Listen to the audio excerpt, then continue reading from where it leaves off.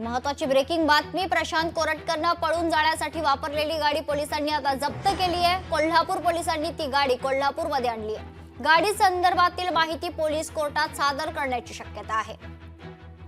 दरम्यान याबाबत आढावा घेतलाय आमचे प्रतिनिधी सतेज औंधकर यांनी।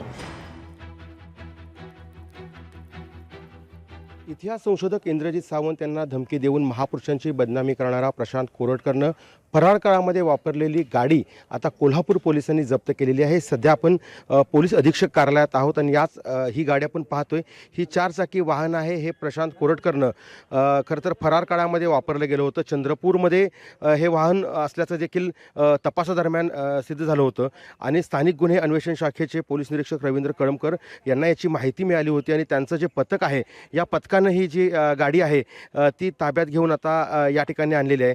खरं तर चौधरी नामक व्यक्तीची गाडी असल्याचं सांगितलं जातं आणि ही गाडी आता कोल्हापूर पोलिसांनी ताब्यात घेतलेली आहे आणि प्रशांत कोरटकरनं ही गाडी खरं तर चंद्रपूर असेल, नागपूर असेल आणि इतर भागामध्ये ही गाडी वापरल्याचं देखील आता समोर आलेलं आहे। त्यामुळे कोल्हापूर पोलिसांनी ही गाडी आहे ती आता जप्त केल्याचं आपल्याला पाहायला मिळतंय। शिवाय ही जी व्यक्ती आहे जी गाडी पुरवलेली आहे त्या व्यक्तीला देखील आता कोल्हापूर पोलिसांनी नोटीस बजावलेली आहे। त्यासह 4 जणांना नोटीस बजावलेली आहे आणि कोल्हापुरात हजर राहण्याबाबत आहे ते कळवलेलं आहे। त्यामुळे एकूणच जर पाहिलं तर प्रशांत कोरटकरच्या अडचणीत वाढ होताना आपल्याला पाहायला मिळते।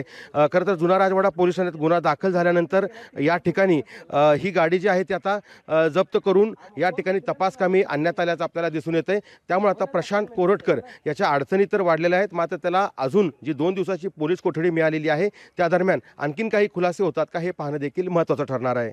सतेज औंधकर, लोकशाही मराठी, कोल्हापूर।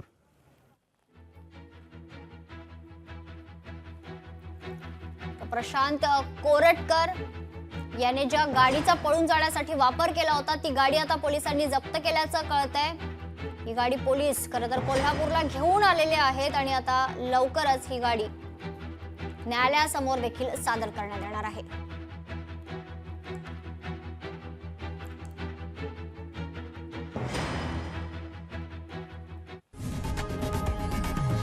लोकशाही मराठी ऐका, पहा, जागरूक रहा।